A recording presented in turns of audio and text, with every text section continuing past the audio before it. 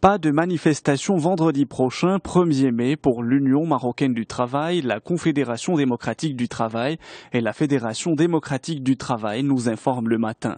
Réunis hier au siège de l'UMT à Casablanca, les 3 centrales ont décidé d'annuler toutes les manifestations prévues dans le cadre de la Fête internationale du travail.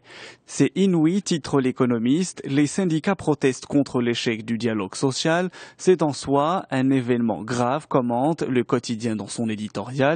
Il peut donner lieu à 2 lectures. La première dirait que ces centrales craignent de ne pas avoir de quoi meubler les défilés impressionnants. La deuxième lecture amène à s'interroger sur le vide ainsi créé. La presse marocaine revient aussi sur l'intervention hier de Abdelillah Benkiran devant le Parlement. Un seul mot a transformé la séance mensuelle du Parlement en un combat de coq, écrit aujourd'hui Le Maroc. La première séance mensuelle de questionnement sur la politique générale de la session du printemps a été donc levée par le président de la première chambre et pour cause, les groupes parlementaires de l'opposition n'ont pas apprécié les reproches qui leur ont été adressés par le chef du gouvernement, ce qui a déclenché un grand brouhaha au Parlement, raconte le journal. Benkiran se fâche, titre pour sa part le quotidien Les Échos. Très chahuté, le chef du gouvernement n'a pu terminer son allocution sur les 2 axes de la séance concernant la dette et le dialogue social. Un seul a été débattu. Dans l'actualité nationale aussi, 3 Marocaines bloquées sur l'Everest, peut-on lire en une des Échos. L'onde de choc du séisme qui a frappé le Népal samedi dernier a aussi atteint le Maroc. En effet, selon le quotidien, des alpinistes marocaines sont encore bloquées sur le mont Everest et à Katmandou. Hormis l'alpiniste Hanan Shakib qui est entré au Bercail lundi dernier, 3 autres Marocaines sont toujours sur place dans l'attente de leur rapatriement. Parmi elles, Rizlan Akar qui est en contact avec sa famille par SMS.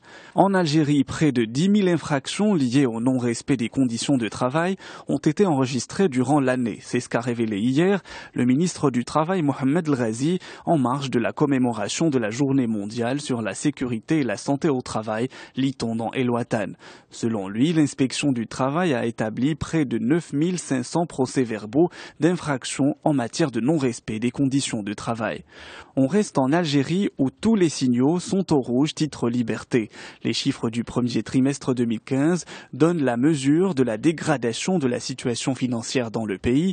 La balance commerciale est déficitaire pour cette période, ce qui n'était pas arrivé depuis plus de 10 ans, constate le journal. Même topo pour la balance de paiement, les réserves en devises sont en train également de fondre, s'inquiète Liberté. L'alternative a du retard à l'allumage, titre Libération qui s'intéresse à la Grèce. Pendant ces 100 derniers jours, le gouvernement de gauche radicale, paralysé par les négociations avec ses créanciers européens, n'a pas initié la politique anti-austérité pour laquelle il a été élu. On apprend par ailleurs qu'Alexis Tsipras a lâché son bouillonnant ministre des Finances, Varoufakis. Ce dernier a été exclu des négociations avec les créanciers du pays. Dès sa nomination, Varoufakis, le fringant économiste sans cravate, s'était en effet heurté à l'hostilité de ses collègues européens. Pour terminer, le Figaro nous apprend que Twitter déçoit et perd près de 20% en bourse. Le réseau social américain a été lourdement sanctionné à Wall Street mardi après la publication avancée suite à une fuite d'un chiffre d'affaires décevant pour le premier trimestre. Les revenus du groupe ont grimpé de 74% sur un an pour atteindre 436 millions de dollars lors du premier trimestre. Ce qui est moins qu'attendu pour les analystes. Twitter a par ailleurs passé la barre des 300 millions d'utilisateurs.